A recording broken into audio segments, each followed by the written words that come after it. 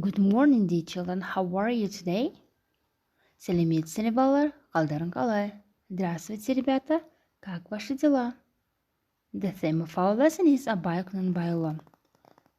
Бүгінгі біздің сабақ тақырыбымыз Абай Құнанбайұлы. Тема нашего урока называется Абай Құнанбайұлы. Speaking. Let's answer these questions. What do you know about Абай Құнанбайұлы? What is his most famous book called? Let's answer the questions. Exercise number 1. Read and listen to the text. Abay Kunanbayule is one of Kazakhstan's best-known writers, but he was more than that. He was a poet, translator, composer, and philosopher. He was born near Semipalatinsk in the Chingiz Mountains in 1845, at a time when literature was becoming an important art form across the world. For his secondary education, he went to a religious school where he studied Oriental classical literature.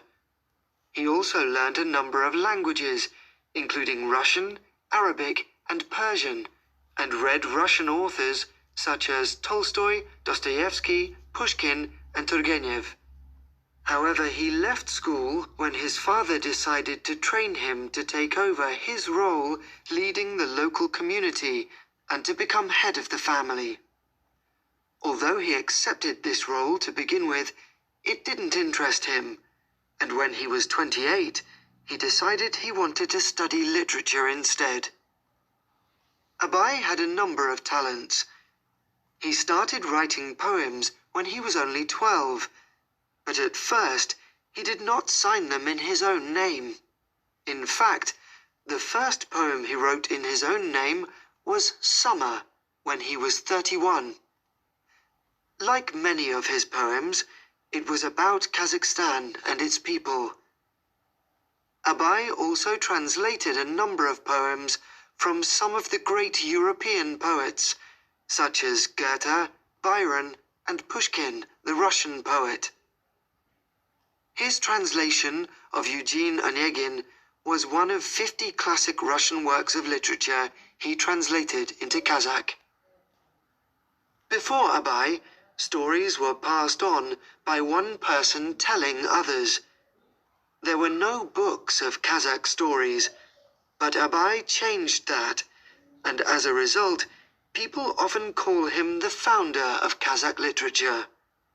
However, his most famous work, The Book of Words, is not a fictional story, but a book of his philosophical thoughts about Kazakh life, how people should behave, and what makes a wise man or woman.